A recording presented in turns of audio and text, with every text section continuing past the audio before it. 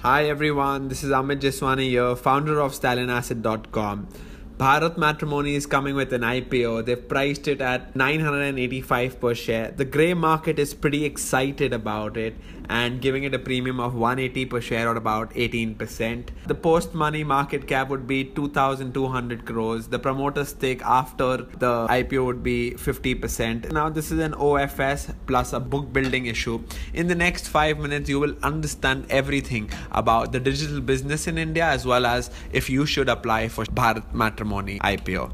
Let's understand the digital world first. The digital world is a winners take all game in every aspect or every company we see. Now, if you think about search engines, Google has more than 70% market share. If you think about videos, YouTube has 90% market share. If it's email, it's Gmail. If it's social media, it's Facebook. It's about chatting, it's WhatsApp. So it's basically a networking effect. If it's jobs, it's Naukri.com. If it's taxis, it's Uber. The thing is, there's a massive networking effect which goes into all this. So you go to Facebook because all your friends are on Facebook. A job seeker goes to Naukri.com because the guys who are hiring are on Naukri.com. And you use WhatsApp and not WeChat because all your friends are on WhatsApp. The same thing with Bharat Matrimony as well. It's a networking effect. So if you're looking for a bride, you'll go where there are many other people. The game is always with the leader. Let's understand now the marriage market in India. Indians spend 3.7 lakh crore rupees every year in marriages. Now it's insane, right? About 1.2 crore marriages happen every year in India, and that's going to be broadly stagnant and growing at 1% every year. Now 89% of all marriages in India are arranged, whereas only 11% are love marriages. So this ratio may change a little bit on the love marriage side, but broadly a large percentage of Indians will continue to get married on the arranged side. Penetration of internet, which is most important for companies like Bharat Matrimony, is about 13%. But if you see, the penetration is very high among the young Indians. So when we did some research about it, the penetration is as high as 70% in the young below 30 category. Only 6% of marriages happen due to online match in India. This number will rise over time as there will be a shift from the unorganized sector to the organized sector. Here the unorganized sector is pundits, your mom's friends, your father's friends. So that shift will happen to online matchmaking sites like Bharat Matrimony. The industry is expected to grow at 15% per annum. Now let's understand this industry well. There are three main players. One is Bharat Matrimony. It's a 625 crore industry.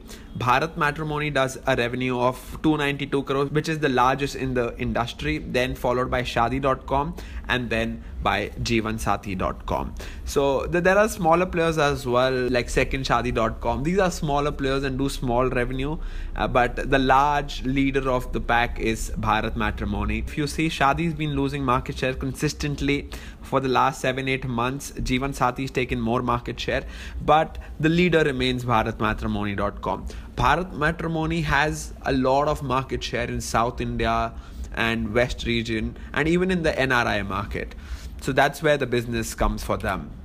Unique website visitors, it's one clear-cut winner, BharatMatrimony.com. They are way ahead of competition. The time spent on BharatMatrimony.com in March 2017 was 164 minutes per unique users, whereas for Shadi.com it was only 42 minutes, for Jeevansathi.com only 27 minutes. That means people are spending a lot of time on the website. That means they are chatting a lot, finding their matches, right? And if you see, the market share has been consistently between 50 to 60% for BharatMatrimony.com. Now let's understand the business. This is the most important part for investors like us. The costs are fixed. This is a subscription business. The revenue depends on the number of people coming on the website. So they have a free trial, so you see other people's image but you cannot message them. Then you have the paid profile where you can message them, speak to them, and connect and do everything.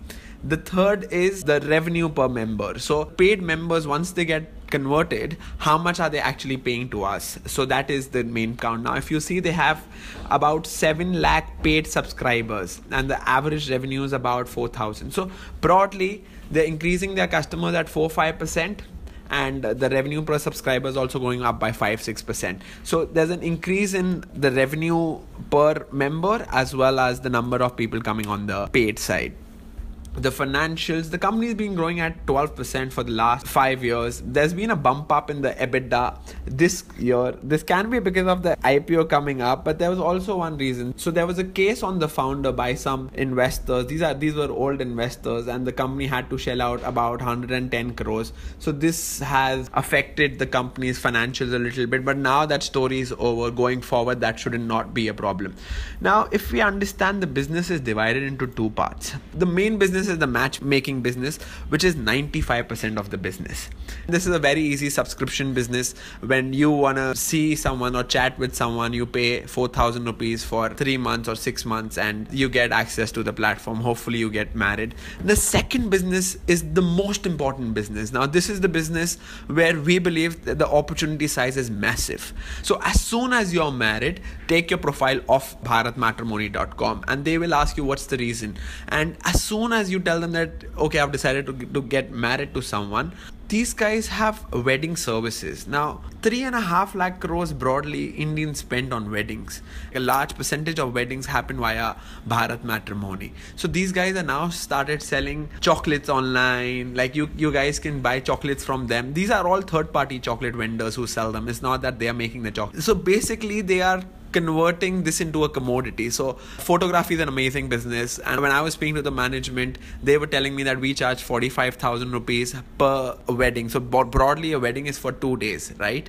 And they give the photographer 10,000 rupees and 80 days in a year where a wedding can happen. So the photographer actually makes 80 into 10,000, which is broadly about 8 lakh rupees, and the company gains 35,000 rupees. And these businesses are extremely scalable. They're asset light. So they are going to use the database going forward, and that will actually decide the return for investors going forward. So even though the wedding services right now, they do revenues of 12 crores and they lose 12 crores, that's okay. This is the start of the business. They are burning cash. They're making money from the subscription. That's why the consolidated EBITDA margins have come to 20%. But my belief is that the opportunity is massive in the wedding services business if they can get it right.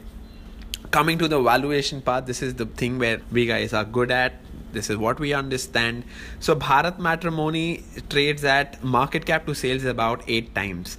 For Info Edge, which is Naukri.com, which is a very good business and it's got a very strong moat in the job industry, it's about 13% market cap to sales. For Infibeam, it's 18%. Infibeam is valued very enormously high. So that's the thing. Just Dial, it's not a .com business exactly. Just Dial is more on the telecom side, like telecalling side, and that's valued 4 times market cap to sales. So the IPO is not very cheap, it's not very expensive if you look at the peers. The market cap to EBITDA is 38. It's cheaper to peers. But Info Edge, the market cap to EBITDA in 2017 is 166.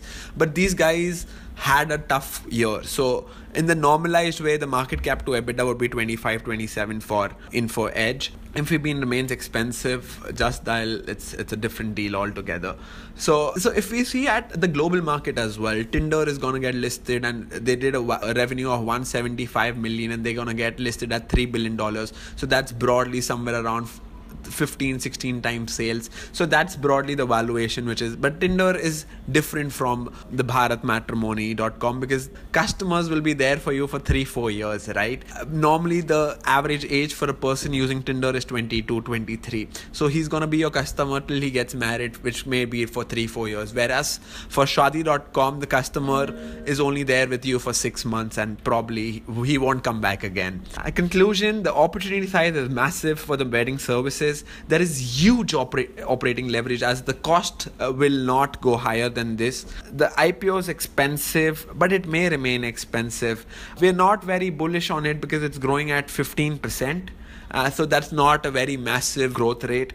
The volatility in earnings, if you see the EBITDA margins been moving from 2% to 20%. So the volatility in the EBITDA margins will keep the stock price very volatile. We recommend you to apply for the listing gains, but we're not very sure if you should hold for the long term unless he executes on the wedding services, which is a massive opportunity. So from catering to your hotel booking, so you can book your destination weddings in a few minutes. You can book your hotel and everything online, and you can get deals. So a lot of things can happen on the wedding services side. Let's see if this plays out. For listing gains, you can definitely apply for this one. Thank you so much for watching this video. I am Amit Jeswani again. Please subscribe to this video, and I promise to add good data going forward. Thank you.